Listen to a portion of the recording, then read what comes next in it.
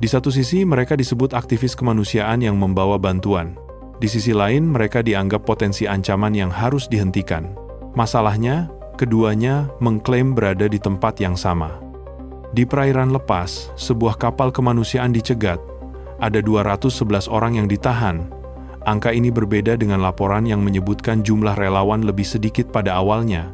Semuanya terjadi di tengah laut yang luas dan sunyi, jauh dari daratan.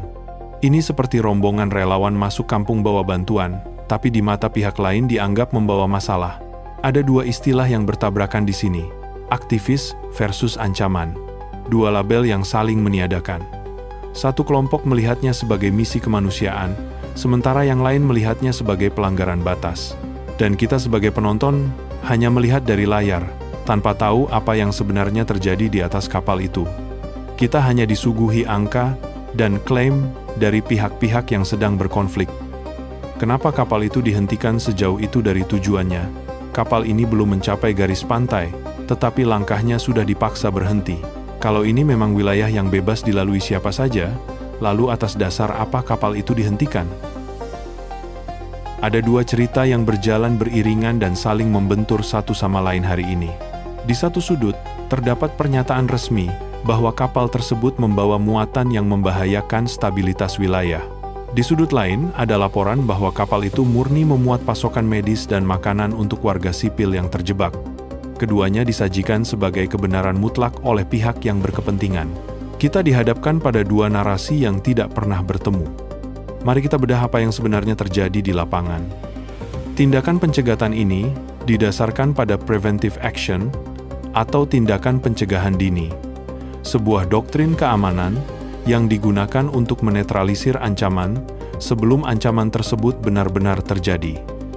Istilah ini mirip seperti polisi yang langsung membubarkan kerumunan massa di perempatan jalan karena mencurigai akan terjadi gesekan antar kelompok, meskipun massa tersebut baru berkumpul dan belum melakukan pelanggaran apa-apa. Tindakan ini memprioritaskan keamanan dan pencegahan risiko di masa depan di atas hak pergerakan warga sipil pada hari ini. Di sisi lain, bagi para relawan dan negara yang mendukung mereka, pengiriman bantuan adalah bentuk kemanusiaan yang bersifat universal.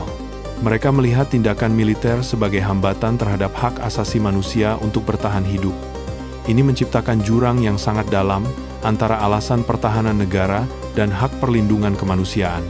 Kita harus melihat ini dari dua sudut pandang secara adil.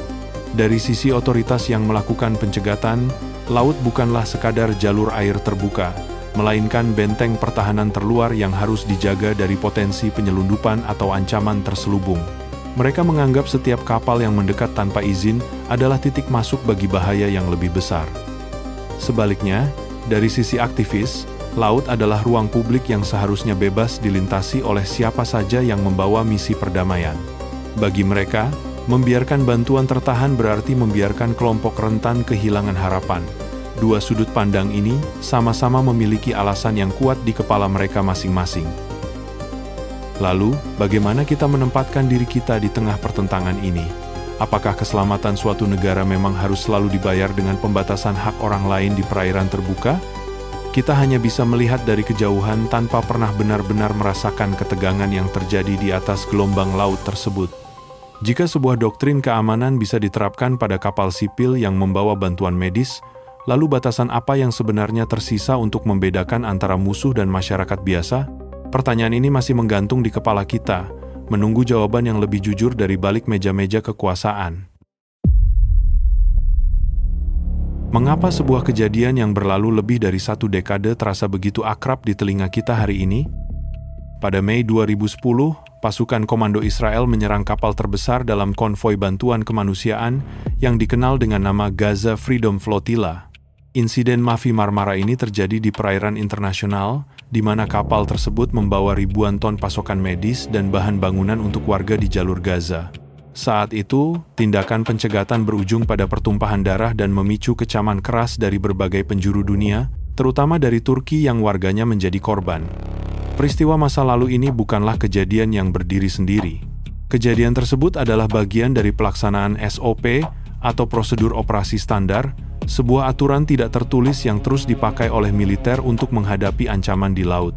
Ini seperti pos pemeriksaan di jalan tol yang melarang semua kendaraan roda 2 masuk demi alasan keselamatan, meskipun beberapa pengendara hanya ingin mengantar barang darurat. Aturan ini diterapkan secara kaku tanpa melihat niat baik dari mereka yang melintas. Jika kita melihat insiden hari ini di tahun 2026, polanya sangat mirip.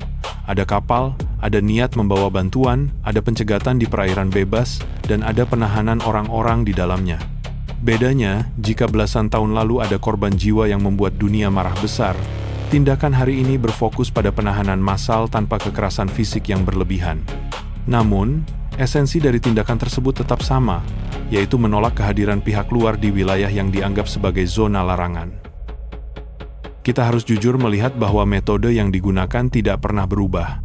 Negara tersebut tetap memandang laut sebagai garis pertahanan terdepan yang mutlak harus dikontrol. Mereka tidak ingin ada celah sedikit pun yang dapat dimanfaatkan oleh pihak lawan.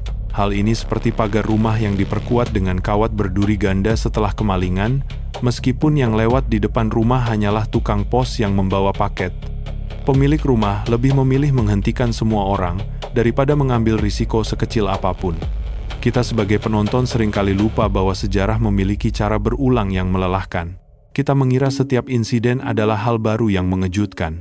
Padahal, yang kita saksikan hanyalah rekaman ulang dari peristiwa lama yang dimainkan oleh aktor yang sama dengan metode yang serupa. Lalu, apakah kita benar-benar belajar dari masa lalu, atau kita hanya sekadar menjadi penonton yang mengulang kebingungan yang sama? Pertanyaan ini membuat kita harus merenung. Jika kita terus melihat pola yang sama setiap beberapa tahun sekali, apakah ini berarti pencegahan tersebut adalah sebuah keberhasilan, atau sebuah kegagalan yang terus dipaksakan? Mengapa laporan dari media di seluruh dunia terasa begitu berbeda ketika menceritakan insiden yang sama? Satu pihak menyebut mereka sebagai kelompok relawan yang sedang membawa bantuan medis untuk anak-anak di Gaza. Pihak lain menyebut mereka sebagai kelompok yang melanggar hukum dan berpotensi membawa barang terlarang. Perbedaan ini terjadi karena adanya kontrol narasi, sebuah upaya terstruktur untuk mengendalikan informasi yang sampai ke publik. Istilah ini seperti orang yang pegang mikrofon di acara kampung. Dia yang menentukan siapa yang didengar. Suara yang paling keras atau yang paling sering diulang akan menjadi kebenaran yang diterima oleh warga. Pilihan kata juga menentukan bagaimana kita merespons suatu peristiwa. Satu kata bisa mengubah emosi aktivis terasa berbeda dengan ancaman. Jika sebuah berita menggunakan kata aktivis, kita akan merasa bersimpati. Jika kata yang digunakan adalah ancaman, kita akan merasa was-was. Dan kita, yang hanya melihat dari layar, sering tidak sadar sudah ikut memilih sisi hanya dari kata-kata itu. Kita merasa sedang berpikir secara independen. Padahal, informasi yang masuk sudah disaring sedemikian rupa. Bukan karena kita ingin berpihak, tapi karena ceritanya sudah dibentuk sebelum sampai ke kita. Kita hanya menerima hasil akhir dari sebuah proses panjang di ruang redaksi. Siapa yang sebenarnya memegang kendali atas cerita tersebut? Jawaban itu masih menggantung di udara. Bayangkan kamu berangkat sebagai relawan, niatnya membantu, tapi di tengah jalan, kamu justru tidak bisa pulang, dan keputusan tentang nasibmu ada di tangan orang lain.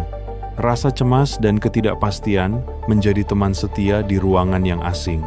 Dalam situasi seperti ini, istilah detensi, penahanan sementara oleh otoritas, sering digunakan, seperti seseorang yang ditahan bukan karena sudah terbukti salah, tapi karena dianggap perlu diperiksa lebih dulu.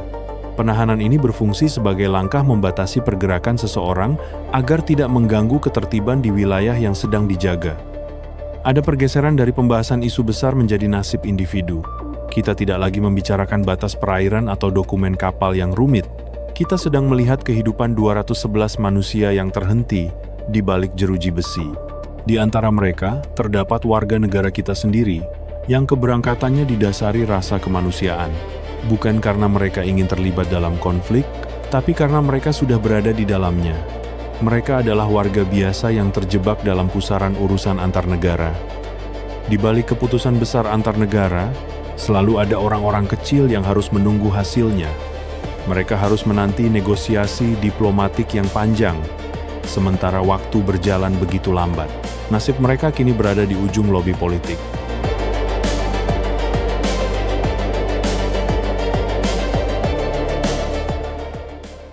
Kenapa semakin banyak berita yang kita lihat, justru semakin sulit merasa yakin dengan apa yang sebenarnya terjadi? Kita dibombardir oleh ribuan klip, foto, dan pernyataan resmi yang datang setiap detik. Masalahnya bukan lagi kurangnya data, melainkan overload informasi, seperti kebanyakan suara di satu ruangan sampai kita tidak bisa membedakan mana yang penting. Dalam keadaan seperti ini, kita sering melakukan seleksi informasi, seperti memilih hanya cerita yang sesuai dengan sudut pandang kita. Kita cenderung mempercayai sumber yang sudah sejalan dengan keyakinan kita sebelumnya, sementara suara lain kita abaikan begitu saja. Ini bukan tentang siapa yang benar secara mutlak, tetapi tentang kenyamanan mental kita dalam menerima fakta. Kadang kita tidak sedang mencari kebenaran, kita hanya mencari versi yang terasa paling masuk akal. Ketika sebuah berita muncul, otak kita langsung mencoba mencocokkannya dengan puzzle yang sudah kita susun di kepala. Jika ada potongan yang tidak cocok, kita seringkali membuangnya, daripada harus membongkar ulang seluruh gambar yang sudah jadi. Dan tanpa sadar, kita ikut menyaring cerita itu sebelum benar-benar memahaminya. Kita merasa sedang mendapatkan gambaran utuh, padahal yang kita lihat mungkin hanya pecahan kecil dari mosaik besar yang sengaja disembunyikan, atau memang terlalu rumit untuk disederhanakan. Masalahnya bukan cuma di luar sana, pada mereka yang terlibat konflik, tapi juga di cara kita memahami informasi itu sendiri. Kita tidak pernah benar-benar netral. Setiap orang membawa latar belakang, rasa empati, dan sejarah pribadinya sendiri saat membuka sebuah video berita. Kita membawa kacamata kita masing-masing ke dalam setiap cerita yang kita tonton. Akibatnya, kebenaran tidak lagi menjadi satu titik yang terang benderang, melainkan menjadi kabut yang berubah warna tergantung pada siapa yang menatapnya. Mungkin, kejujuran yang kita cari bukanlah tentang menerima satu sisi sebagai pemenang, melainkan keberanian untuk mengakui bahwa kita tidak tahu semuanya. Bahwa ada ruang abu-abu yang sengaja dibiarkan tetap gelap agar kita terus merasa butuh untuk memihak. Dan mungkin, itu sebabnya cerita seperti ini tidak pernah benar-benar selesai.